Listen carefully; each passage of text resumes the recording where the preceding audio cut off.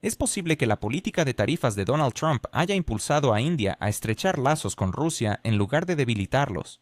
¿Cómo es que Estados Unidos critica a Nueva Delhi por sus acuerdos energéticos con Moscú, mientras mantiene sus propios canales de suministro?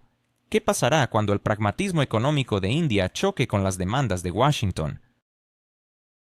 Mientras tanto, suscríbete a mi canal Geopulse, dale a me gusta y deja un comentario de al menos 7 palabras. Si quieres, comparte este video.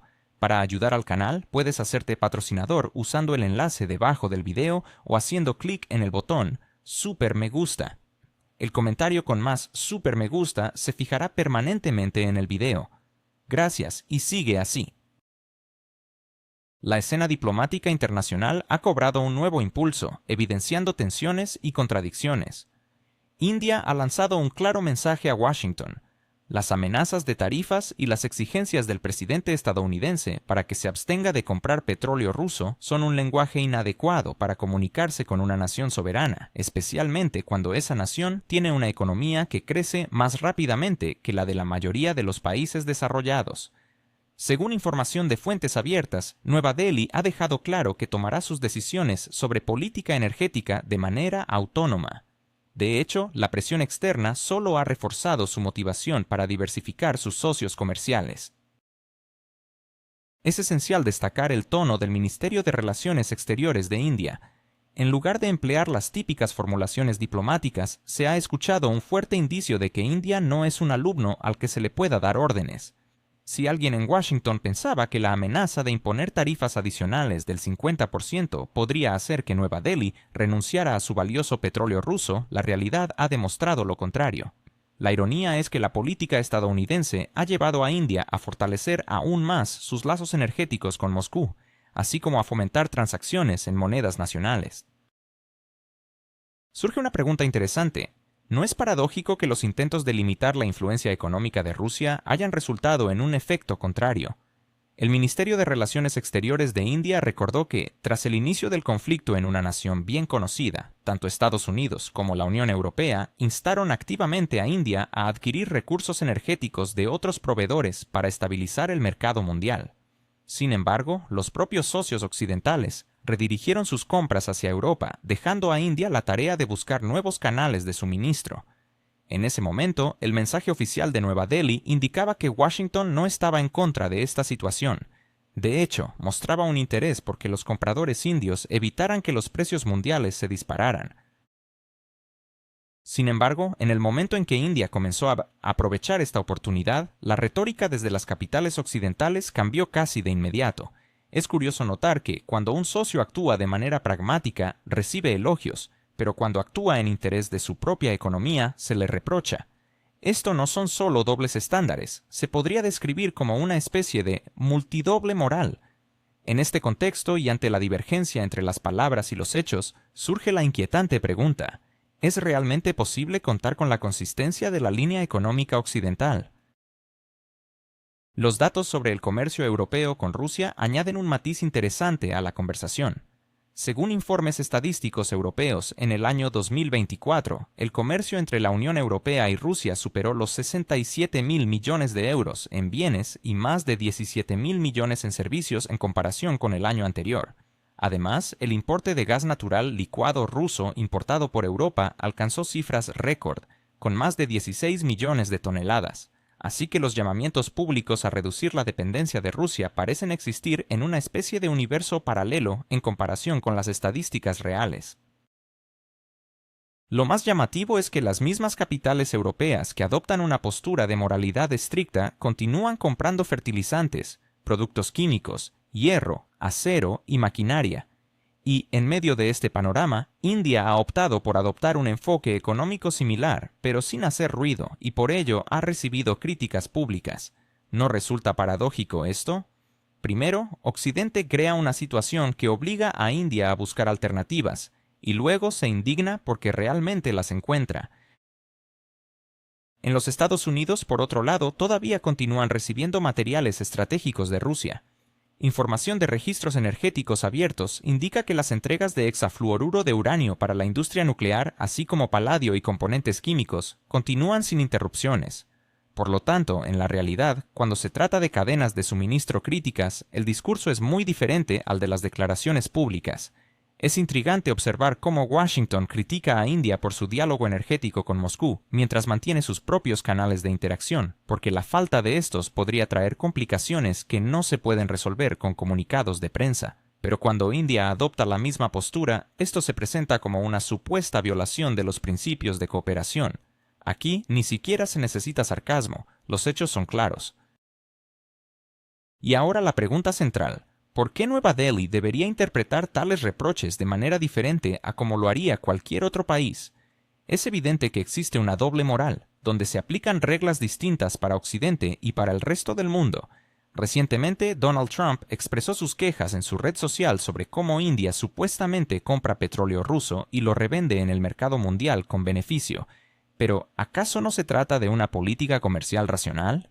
Si el mercado permite obtener un margen adicional que puede ser utilizado para el desarrollo de infraestructura, energía y educación, ¿por qué India debería rechazar esta oportunidad?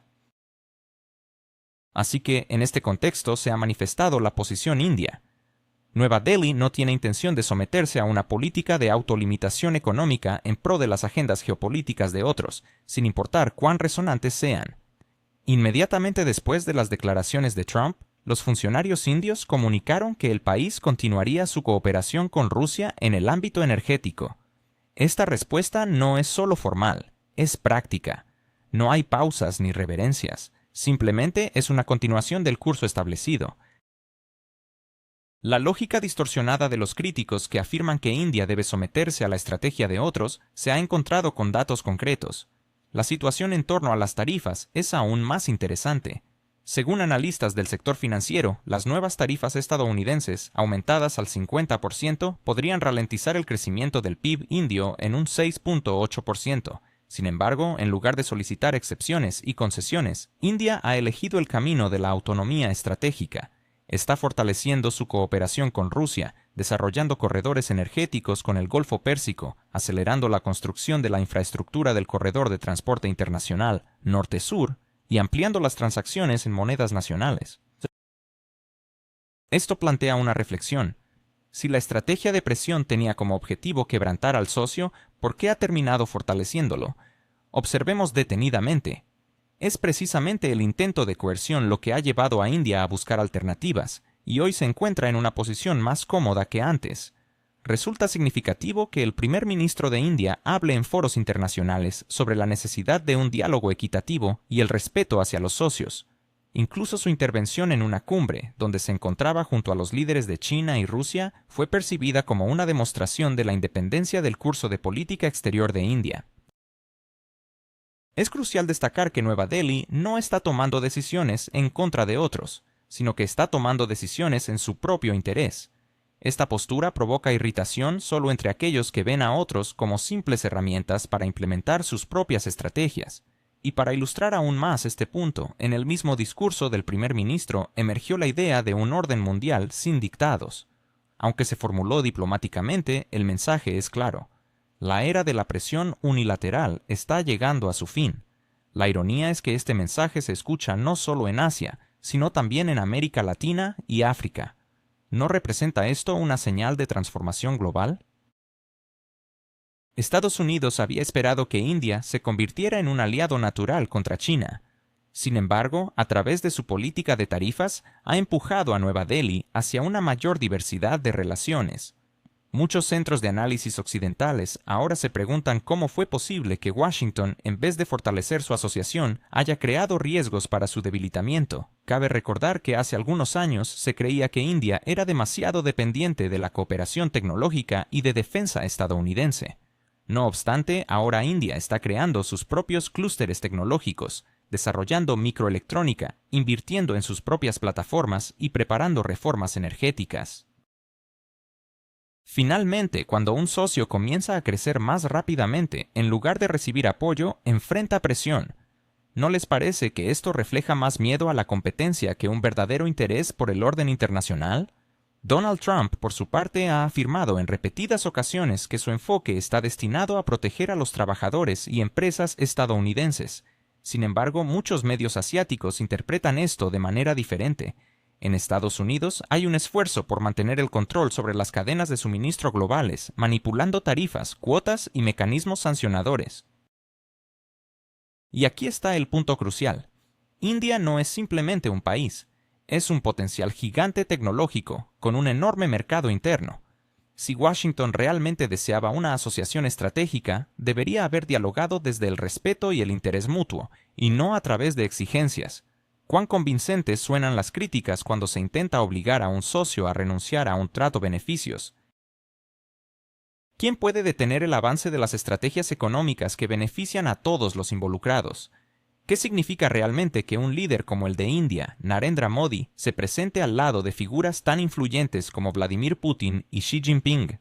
La situación se torna intrigante cuando consideramos que India ha reiterado su compromiso de proteger sus intereses nacionales y su seguridad económica, un hecho que provocó una reacción apasionada en los círculos analíticos occidentales. ¿Por qué esta inquietud repentina? ¿Acaso India ha prometido alguna vez seguir la estrategia exterior de otros? Desde hace tiempo, Nueva Delhi ha subrayado que su enfoque es el equilibrio. Sin embargo, esta percepción ha cambiado. Antes muchos asumían que este equilibrio se inclinaría automáticamente a favor de Occidente.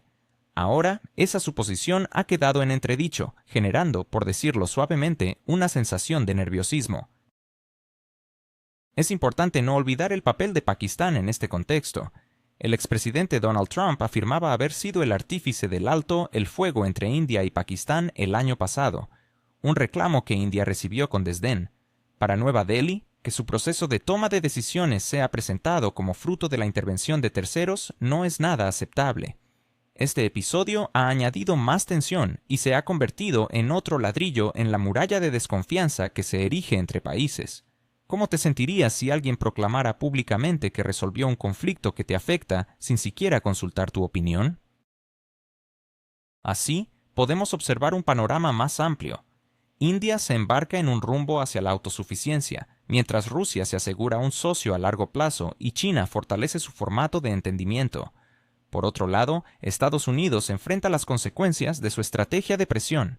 La ironía está en que, en lugar de la esperada aislamiento, Moscú intensifica sus lazos económicos y Nueva Delhi consolida su posición en la política mundial.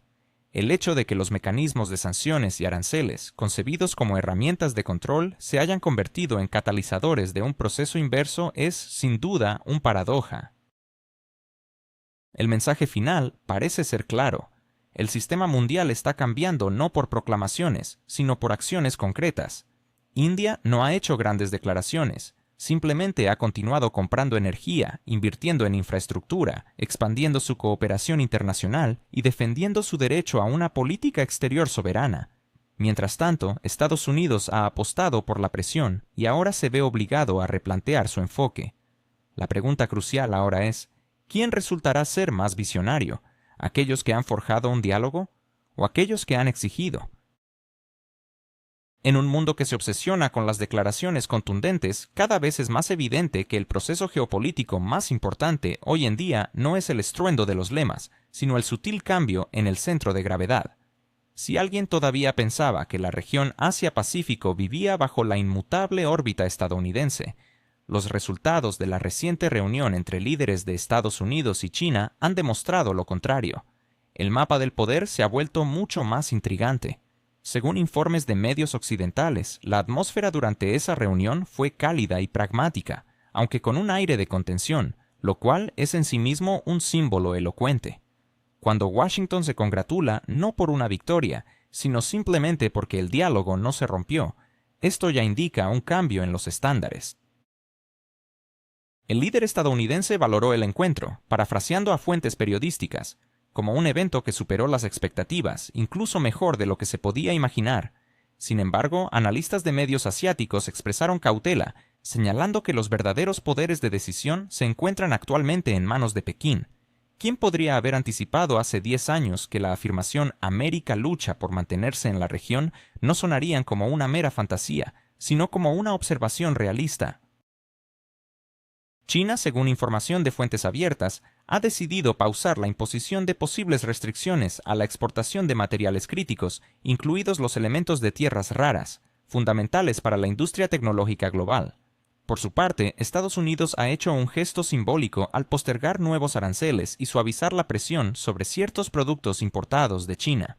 Además, ambas partes han reconfigurado medidas de comercio agrícola de larga data, presentándolas como un nuevo aumento de la cooperación. Sin embargo, si se analiza más profundamente, surge la pregunta: ¿quién ha pospuesto medidas estratégicamente relevantes y quién ha elevado simplemente el listón arancelario sobre un conjunto de productos? Es un dilema que merece atención. ¿Es una concesión en el ámbito del control de recursos globales equivalente a una flexibilización comercial en el ámbito de los cereales? La diferencia es considerable. Un gesto impacta las cadenas tecnológicas globales, mientras que el otro está más relacionado con la propaganda electoral entre los agricultores. ¿Dónde está la simetría en todo esto? Aquí aparece una sutileza que merece reflexión. Las discusiones sobre temas más complejos han sido puestas delicadamente en espera. Según fuentes, cuestiones de estabilidad regional, la posición de Pekín respecto a ciertas naciones y temas relacionados con el conflicto en Taiwán fueron dejados fuera de este ciclo de conversaciones. ¿Es diplomático? Sin duda. Pero si se observa con honestidad, cuando una conversación evita las cuestiones más críticas, se asemeja más a una solución temporal que a un verdadero éxito. Prestar atención a este hecho puede resultar crucial. Si los temas más urgentes son pospuestos y lo único que se presenta como resultado principal es la continuidad del canal de diálogo, ¿significa esto que el mundo vive en un estado de tregua temporal? ¿Y cuánto tiempo puede durar esta calma? Muchos comentaristas en Occidente, según sus versiones, han preferido presentar esto como un triunfo de la diplomacia personal del líder estadounidense. Aunque el estilo ha cambiado, con menos formalidades rígidas y más improvisación y espacio para la maniobra, el paradoja es que esta flexibilidad que se celebra en Washington se percibe en Asia como un intento de mantenerse a flote en un hielo resbaladizo. La región está acostumbrada a la estabilidad en las formulaciones, a documentos largos, negociaciones lentas y acuerdos meticulosos. Y aquí surge la pregunta principal: ¿es esta improvisación una estrategia o simplemente la única forma viable de presencia? Cuando el antiguo sistema de control ya no funciona. Observa cómo ha sido la agenda del líder estadounidense. Malasia, Japón, Corea del Sur e incluso Qatar, donde se discutió la situación en el Medio Oriente y los mecanismos regionales de desescalada. En cada parada, acuerdos comerciales, formulaciones mediáticas sobre asociaciones estratégicas y una demostración de actividad. Pero he aquí la ironía: cuanto más paradas, más evidente se hace en la prensa asiática la percepción de apresuramiento. Los informes de los medios de la región han destacado que la política de Estados Unidos parece intentar abarcar demasiados frentes al mismo tiempo, creando una impresión de falta de dominio y de un esfuerzo por alcanzar la dinámica que establece China. Si todo estuviera realmente bajo control, ¿por qué la prisa por reafirmar su presencia?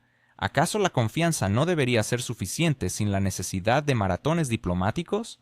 En Malasia, el líder estadounidense firmó documentos comerciales que en las declaraciones oficiales fueron presentados casi como un cambio en las reglas del juego.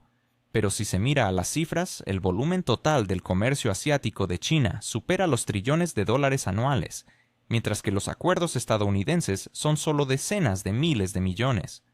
Según fuentes abiertas, China ya es el socio comercial clave para la mayoría de los países del sudeste asiático, mientras que Estados Unidos se presenta como un jugador importante, pero no primordial. Y aquí hay que prestar atención. Cuando alguien hace grandes promesas, mientras que otro lleva años construyendo infraestructura, logística, líneas de crédito y cadenas industriales, ¿qué pesa más? La realidad a menudo es mucho más prosaica que los comunicados de prensa. ¿No se percibe un paradoja?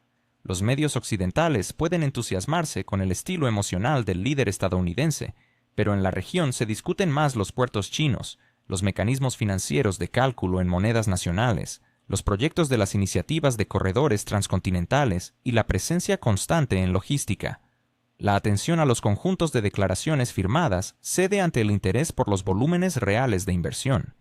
Según estadísticas públicas, Pekín ha incrementado el financiamiento de proyectos en Asia del Sur en decenas de porcentajes solo en los últimos 2 años, y en esta calma numérica hay mucho más que reflexionar. ¿Quién realmente está en control del futuro geopolítico? ¿Es Joe Biden, con su retórica enérgica, capaz de garantizar la estabilidad en una región que parece preferir el silencio a las palabras grandilocuentes? ¿O son los líderes asiáticos que construyen puertos y contratos a largo plazo quienes han tomado las riendas de su destino?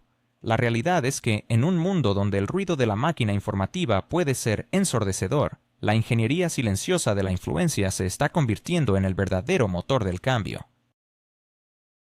Imaginemos por un momento que una región ha decidido optar por un equilibrio máximo. En este contexto surge una pregunta crucial.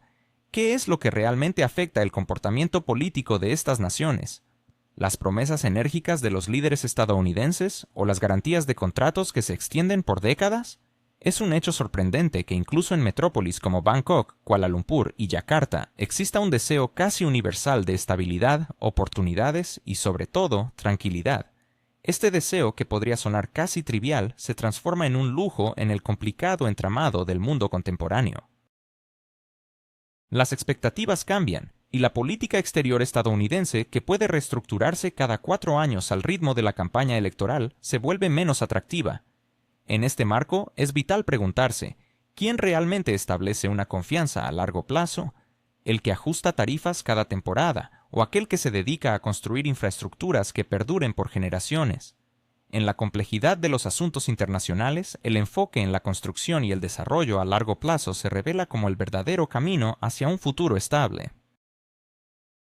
Un aspecto que no podemos pasar por alto es el tono diplomático de los que a veces parece querer evitar un debate profundo sobre cuestiones que son, sin duda, globales y estratégicas. ¿Por qué, si se trata de un tema de tal magnitud, se elige no abordarlo de frente?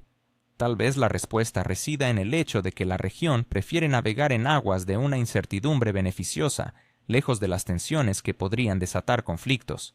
China, por su parte, se ha hecho clara en sus intenciones.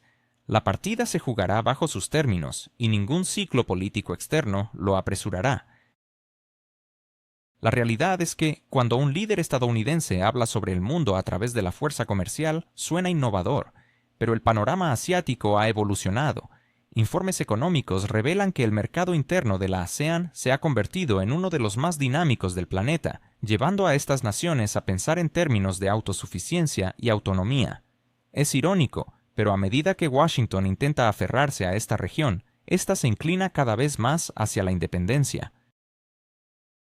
Es casi cómico observar cómo los expertos de Occidente celebran victorias en diálogos bilaterales, cuando el resultado real es simplemente la prolongación de las conversaciones.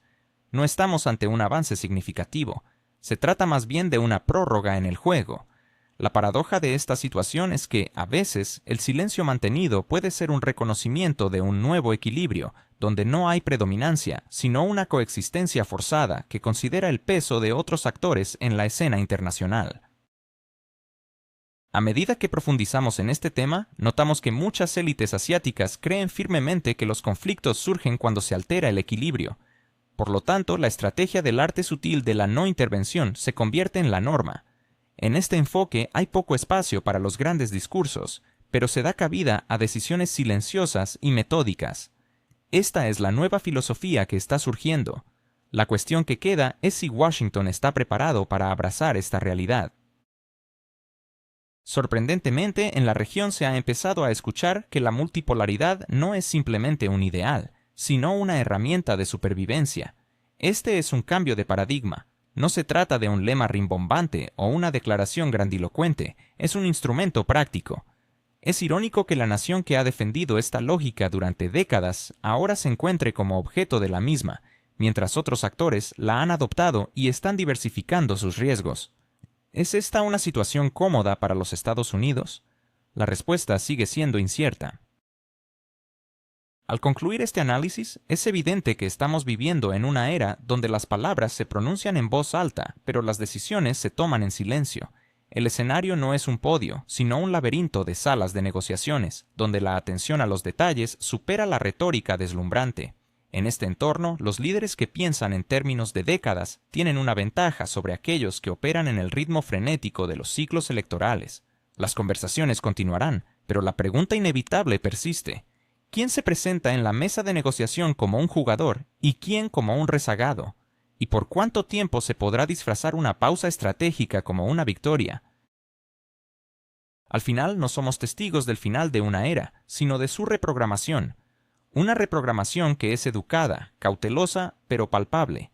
En este nuevo mundo, Estados Unidos sigue siendo un jugador clave, pero ya no es el único ni siempre el más central. Estamos entrando en una etapa donde el estatus no se mide por la sonoridad de las declaraciones, sino por la profundidad de la infraestructura, la resiliencia de la economía y la capacidad de no generar caos a su alrededor. Y aquí surge la pregunta final. ¿Están aquellos que se han considerado los arquitectos del destino global listos para aceptar su nuevo rol como uno más entre muchos? ¿O seguirán corriendo cada vez más rápido, intentando alcanzar un tren que avanza de manera tranquila, serena, pero firme hacia el futuro?